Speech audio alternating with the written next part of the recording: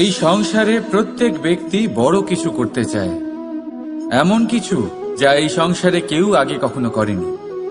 এমন জায়গায় পৌঁছতে চায় যেখানে এর আগে কেউ কখনো পৌঁছতে পারেনি। আর কেউ এতে সফলতা অর্জন করে, কিন্তু কিছু মানুষ অসফল হয় কেন? এটাই আমার প্রশ্ন।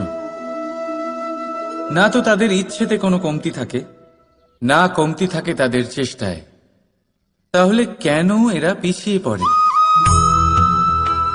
এর উত্তর বড়ই সরল। এই সংসার। আপনাদের বলি কিভাবে। আপনারা সকলে সংসারে মহান কাজ করতে চান, সেই মান, সেই সম্মান পেতে চান যা এর আগে কেউ কখনো পায়নি।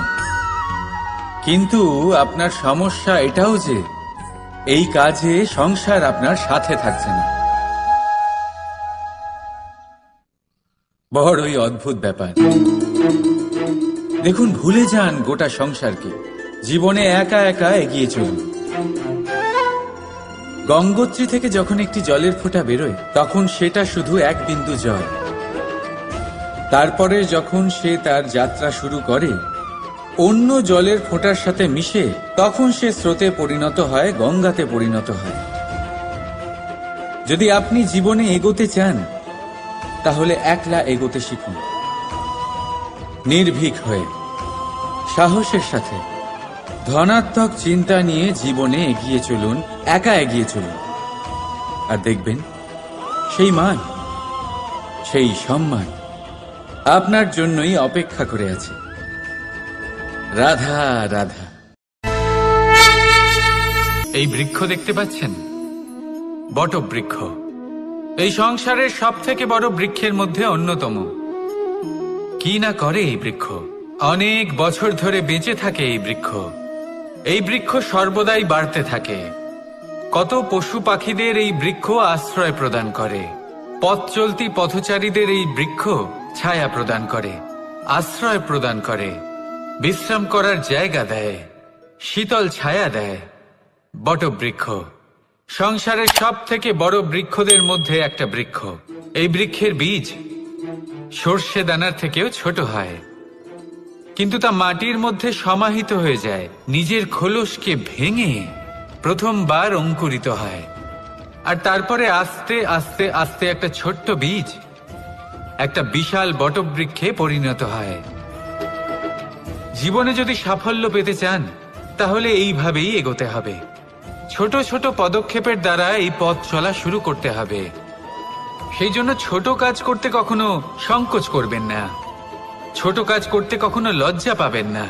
যদি এই ছোট ছোট কাজ পূর্ণ নিষ্ঠা দিয়ে, পূর্ণ মনোযোগ দিয়ে, সততার সাথে করতে পারেন, তাহলে এই ছোট কাজের আকার বাড়তে থাকবে। তাই কাজগুলিকে কাজের মতোই দেখতে শুরু করুন। ছোট কাজ বা বড় কাজ এরকম ভাববেন না। তাহলে কর্ম করতে থাকুন। জীবনে আপনার অস্তিত্ব বটবৃক্ষের থেকেও বড় করে তুলুন। তাহলে আসুন আর আমার সাথে ভালোবেসে বলুন, রাধা রাধা। এই জীবন, এই জীবন দেখতে গেলে কিন্তু খুবই কঠিন। এই জীবন কি করি হে নারায়ণ, এটাকে একটু সহজ কি করে করে তোলা যায়, এই প্রশ্নই তো আসছে মনে। এর উত্তর স্বয়ং সেই মানুষের মধ্যেই লুকিয়ে, তার সিদ্ধান্তে, তার নির্বাচনের মধ্যে লুকিয়ে। এবার জীবনের যে কঠিন সময়গুলো থাকে সেগুলো সেই প্রসঙ্গের মতোই হয়। যেমন ধরুন, আপনি হাঁটছেন হাঁটছেন আর হঠাৎ করে পায়ে কাঁটা ফুটে গেল। এবার আপনি কি করবেন? এমনও ব্যক্তি আছেন যারা সেই কষ্টের কারণে, সেই কষ্ট পাওয়ার ভয় পিছিয়ে আসেন। এমনও কিছু ব্যক্তি থাকেন যারা সেই আঘাতে নিরাময় করার জন্য সময় নষ্ট করবেন, কতটা জানি না।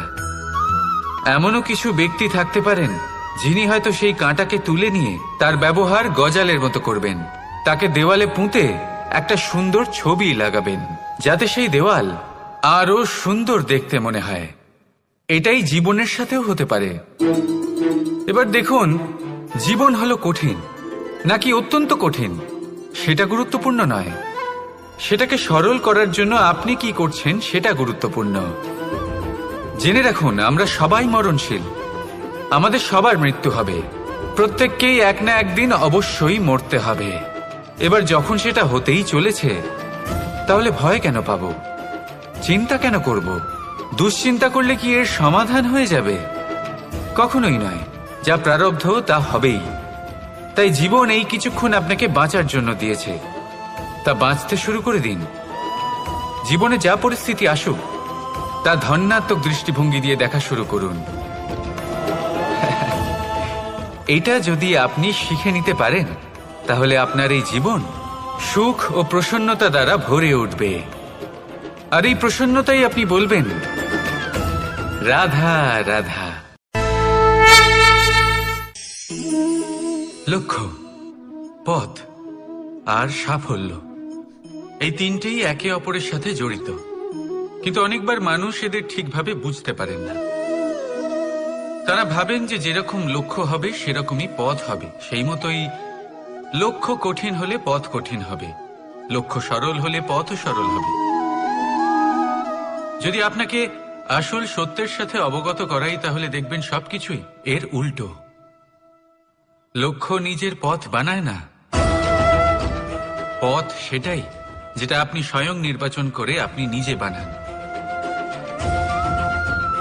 সেই অনুসারেই আপনি আপনার লক্ষ্যে পৌঁছতে পারবেন। সেই জন্য জীবনে যখনই লক্ষ্যে পৌঁছানোর পথের বিষয়ে আপনি কোনো সিদ্ধান্ত নেবেন, তাহলে তা ভেবে চিন্তে নেবেন। কারণ এই পথ অত্যন্ত গুরুত্বপূর্ণ। পথ যদি শুভ হয়, তাহলে লক্ষ্য আপনা থেকেই শুভ হয়ে যায়। তাহলে আসুন আমার সাথে ভালোবেসে বলুন, রাধা রাধা। প্রজাপতি আকাশে উড়ে বেড়ায়, সে সুন্দর ফুলের রস আস্বাদন করে, উন্মুক্ত উড়ে বেড়ায়।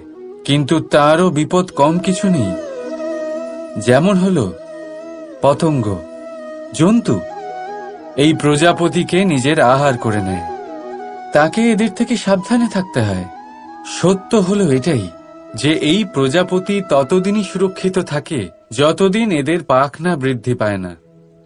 যখন এরা এদের খোলসের মধ্যে থাকে, যখন না কারো দৃষ্টি এদের উপর পড়ে আর না কোনো শত্রু এদের আঘাত করতে পারে, কিন্তু তখন তারা বন্ধ থাকে, অবিচল নিশ্চল থাকে।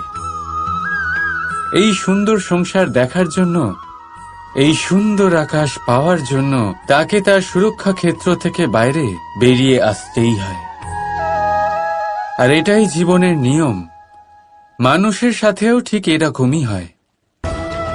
যদি মানুষ বিশ্রাম আর সুরক্ষা এদের বন্ধন থেকে না বেরোয়, তাহলে সে জীবিত অবশ্যই থাকবে, কিন্তু জীবন ধারণ করতে পারবে না।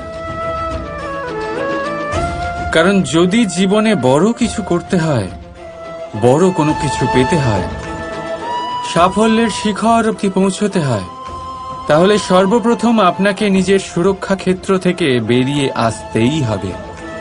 এই আরামকে ত্যাগ করতেই হবে। তবেই আপনি সফল হতে পারবেন। তবেই আপনি এই প্রজাপতির মতো আকাশে উড়ে বেড়াতে পারবেন। রাধা রাধা। সমাজ, আমরা এই সমাজে বাস করি আর বহুবার একটা গুরুত্বপূর্ণ কথা ভুলে যাই। এই সমাজ আমরা সকলে মিলে তৈরি করি। সমস্ত সময় কাটিয়ে দিই এইটা ভাবতে ভাবতে যে এই সমাজ কি ভাববে, আমার কি করা উচিত, আমার কি ভাবা উচিত, কি পড়া উচিত, কোনটা সঠিক কোনটা ভুল। যদি আমি এটা করি, তাহলে কয়েকজনের এটা মনে হবে না তো যে আমি খারাপ, যখন আমি তা নই। মনে ভয় উৎপন্ন হয় সেই কয়েকজন মানুষের জন্য। তার কারণ হলো আমরা আমাদের মনের কথা শুনতে পাই না, না শুনতে পাই, না বলতে পারি, আর না করতে পারি। সেই কয়েকজন মানুষের ভয়ে আমরা খারাপের বিরোধিতা করা ছেড়ে দিই। কিন্তু কখনো নিজেকে জিজ্ঞেস করুন, শেষ পর্যন্ত কারা এই কয়েকজন মানুষ? এই সংসারে প্রতিটি মানুষেরই নিজের আলাদা আলাদা ব্যক্তিত্ব আছে, আলাদা দৃষ্টিভঙ্গি আছে। তাই যদি আপনি এটা ভাবেন যে আপনি সবাইকে খুশি করতে পারবেন, তাহলে আপনি ভীষণ বড় ভুল করছেন। জীবনে কর্ম তাই করুন যাতে আপনার অন্তরাত্মা সন্তুষ্ট হয়, আর অন্তরাত্মা সন্তুষ্ট তখনই হবে যখন আপনার কর্ম শুভ হবে। তাই নিজের মনের কথা শুনে এই সংসারে শুভ কর্ম করতে থাকুন, তবেই এই সংসারের কর্মে আপনি সার্থক হবেন। রাধা রাধা রাধা রাধা।